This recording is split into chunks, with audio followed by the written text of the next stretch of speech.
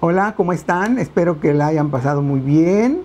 Espero que ya todo el mundo tenga su biografía y su poema.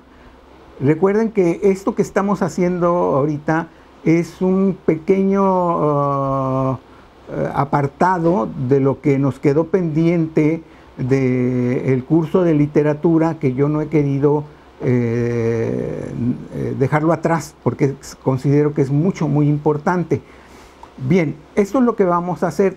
Ya tenemos nuestra biografía. Seguramente pusimos algo así como Fernando nació en 1949, nació al lado de una panificadora, por eso le gusta mucho el pan. Por decir algo, esa es mi biografía. ¿Sí? Pero luego les pedí que hicieran un poema. Entonces, se me ocurre que para un poema, recuerden que la diferencia entre poema y prosa o narrativa es que las palabras nos resultan mucho más leves, mucho más musicales. La forma como los vamos a acomodar como adjetivos, como adverbios, como metáforas, como símiles, etcétera, etcétera, nos van a dar otro idioma que no es el idioma cotidiano, no es el idioma que hablamos todos los días. Ninguno de nosotros habla en verso, hablamos normalmente. Lo que sale, eso lo decimos. Aquí no, este poema podemos decir el que nació cerca del pan, Fernando, escritor, ahora paga las consecuencias al no poder bajar de peso, por decir algo. ¿Sí? Eso es un poema, ¿no? Nadie habla así, ¿sí? Nada más que un poeta. Bueno, ya tenemos esa parte también, ya tenemos esas dos partes, al menos yo supongo que ya todos tienen esa parte. Bueno, ahora vamos a irnos, yo espero que hayan leído El barco ebrio, pero nada cambia de todos modos. Recuerdo que ya hemos leído el soneto en X y que leímos el coup de dés, o sea, el golpe de dados, y les recuerdo que vimos la importancia que tienen los espacios, las pausas, los silencios. Les dije que es importante ahora los colores, los olores, los sonidos, y los sonidos pueden venir de todas las letras usadas en otro sentido. Bueno, vamos, así que ya tengo yo mi poema, el que les acabo de mencionar, y vamos a decir que lo voy a titular Pan toca la flauta. Para aquellos que no sepan, Pan es uno de los dioses menores que normalmente acompañaba a las ninfas en el bosque o algo así, y siempre iba tocando su flauta, y era un dios así como del erotismo o algo así. Bueno, Pan toca la flauta. Ya desde el nombre hay un doble sentido de Pan toca la flauta, ¿sí? Pero recuerden que me estoy basando en el poema que yo escribí, donde dije que a mí me había nacido al lado de una panadería y que por eso me gustaba el pan y por eso estaba gordo. Bueno, Pan toca la flauta, ese es el título. ¿Cómo vamos a empezar ese poema si lo queremos hacer simbolista? Un consejo que les puedo dar en este instante, para que les resulte un poquito fácil, no es receta porque no hay recetas para escribir poemas, es que ustedes deriven lo que tienen. ¿Qué significa eso de derivar? Bueno, ya tienes tu frase hecha, me comí una manzana, ya no pongas comí, me ingerí, no, me alimenté, no, entró la manzana por un tubo. Bueno, eso ya está un poquito mejor, aunque está muy prosaico. Desapareció la manzana en el túnel. Desapareció la manzana, desapareció el trozo rojo en un vacío lleno de hambre.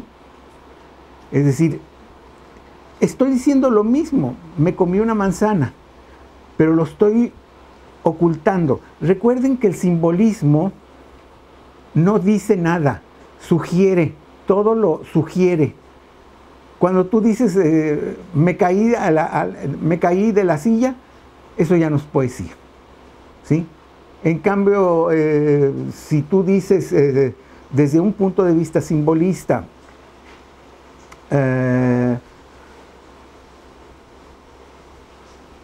etéreo, el cuerpo del ente aterrizó en la superficie. Es lo mismo, caí de la silla, ¿sí? Inclusive podemos jugar con la silla. ¿Qué cosa es la silla? Todas las palabras son derivables. ¿A qué me refiero a derivables? Silla. ¿Qué es una silla? Es madera, tal vez hay tela, tal vez si hay madera, pues hay un árbol, ¿sí? Los barrocos, los escritores barrocos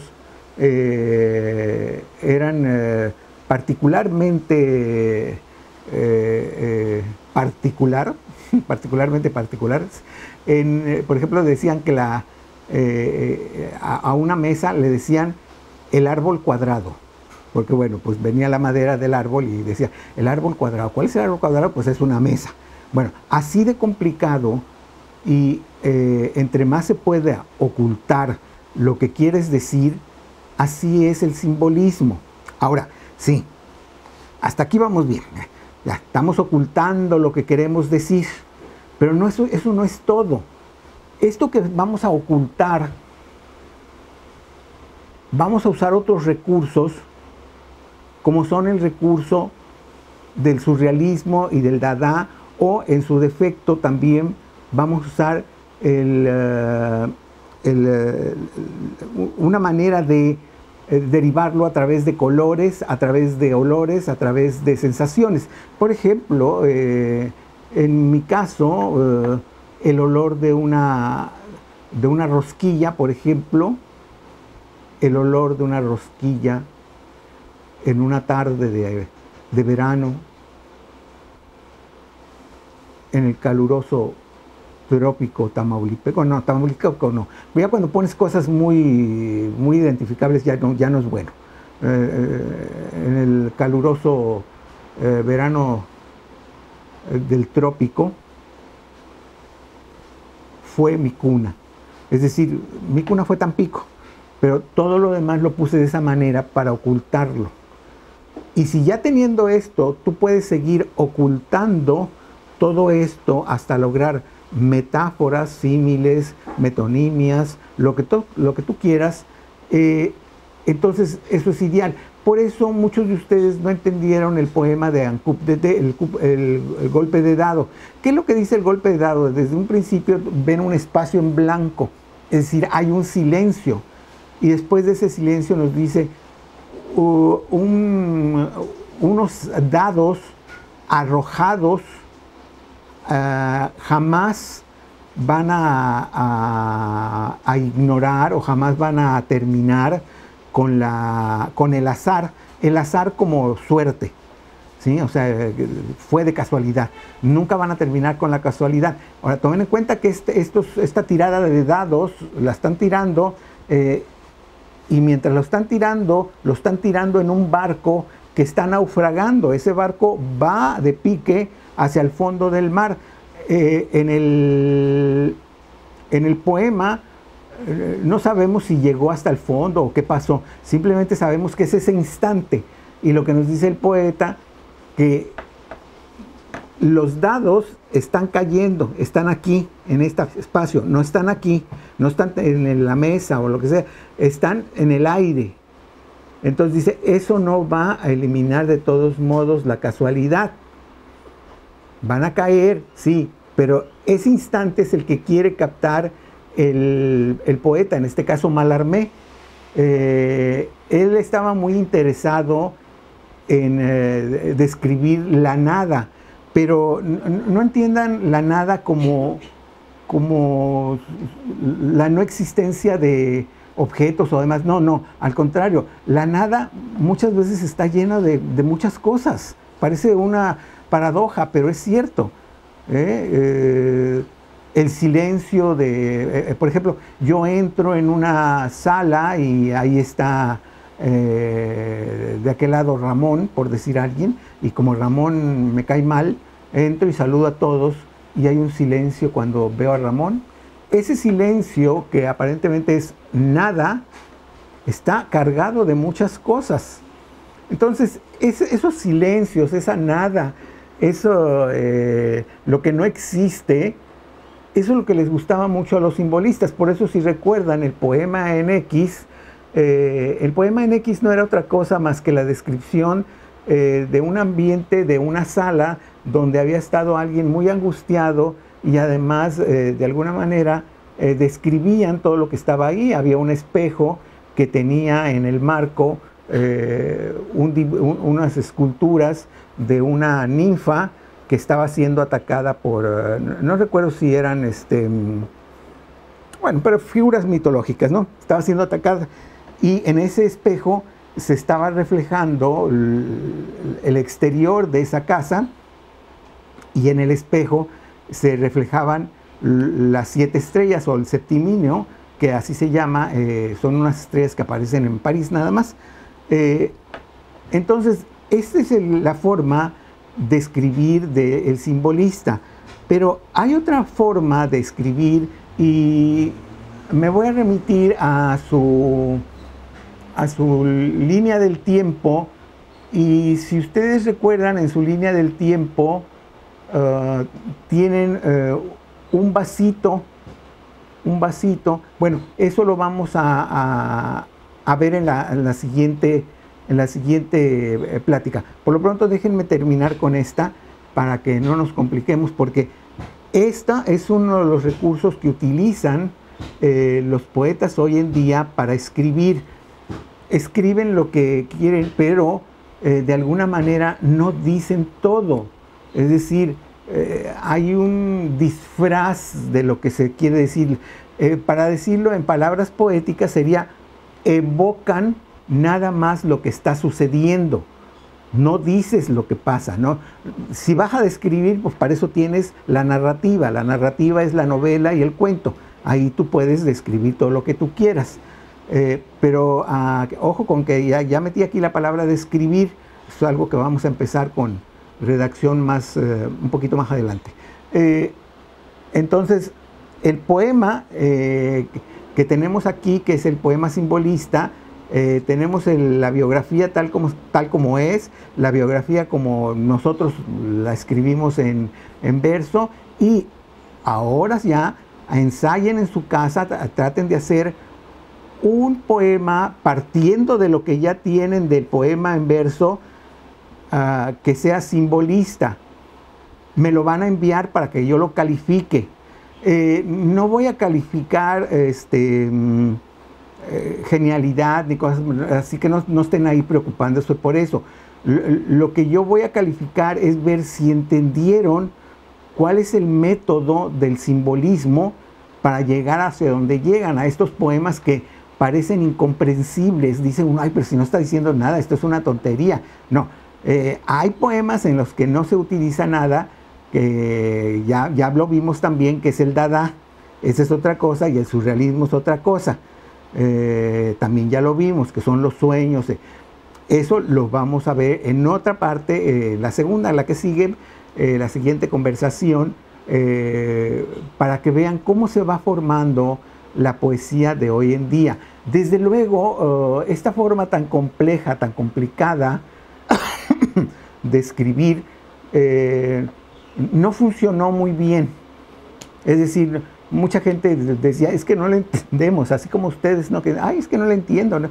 Es cierto, es difícil, hay que interpretarlo, hay que tener cierta sensibilidad, y luego hay que también interpretar cómo interpreta el poeta la vida, ¿sí? Porque hay poetas que son obsesivos con ciertas imágenes y constantemente las están mencionando en sus textos. Entonces, ya cuando tiene un cierto código uno de ciertos poetas, los puede uno, si no interpretar al 100%, sí entender lo que están diciendo. Bien, espero que no haya ninguna pregunta y si la hay, por favor me la mandan a mi correo. Con mucho gusto yo se las voy a contestar, o si no, el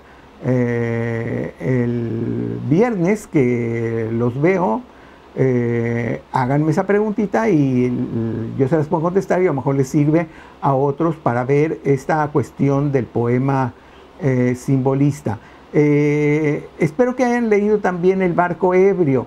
El barco ebrio, que es de Arturo Rimbaud, es otro de los grandes poetas simbolistas, es un poquito más sencillo, bueno, no sencillo, porque sencillo sería injusto, este es un poeta tan complejo como Mallarmé, pero más identificable. Si ustedes lo leyeron, habrán visto que es un texto poético donde el poeta se describe como un barco y describe su travesía a través del mar, a través de los mares, para llegar a algún puerto, y en el que quiere expresar lo que él está sintiendo, sus temores, sus ansiedades, etcétera, etcétera. En este caso, les vuelvo a repetir, cosa extraordinaria, está el poema y a un lado del poema están las notas. Yo sé que es un poquito más tardadito leer, pero es un poema no muy largo, son dos, si mal no recuerdo, son 2 cuartillas. Remítanse a las notas y verán cómo entienden muy bien El barco ebrio, que es uno de mis poemas favoritos. Por cierto, les puse 2 versiones. Una, la que tiene las notas, y luego hay otra que es una versión un poquito más moderna, que también me pareció muy buena. Espero que hayan entendido un poco mejor lo del simbolismo. Todavía vamos a continuar un poquito con ello porque quiero que vean cómo el simbolismo, el modernismo, el parnasianismo, e inclusive todo el romanticismo, el barroco y todos ellos, finalmente llegan a nosotros, y cómo los poetas de hoy en día utilizan todos esos recursos para hacer su poesía actual. Por hoy es todo y los espero en la próxima.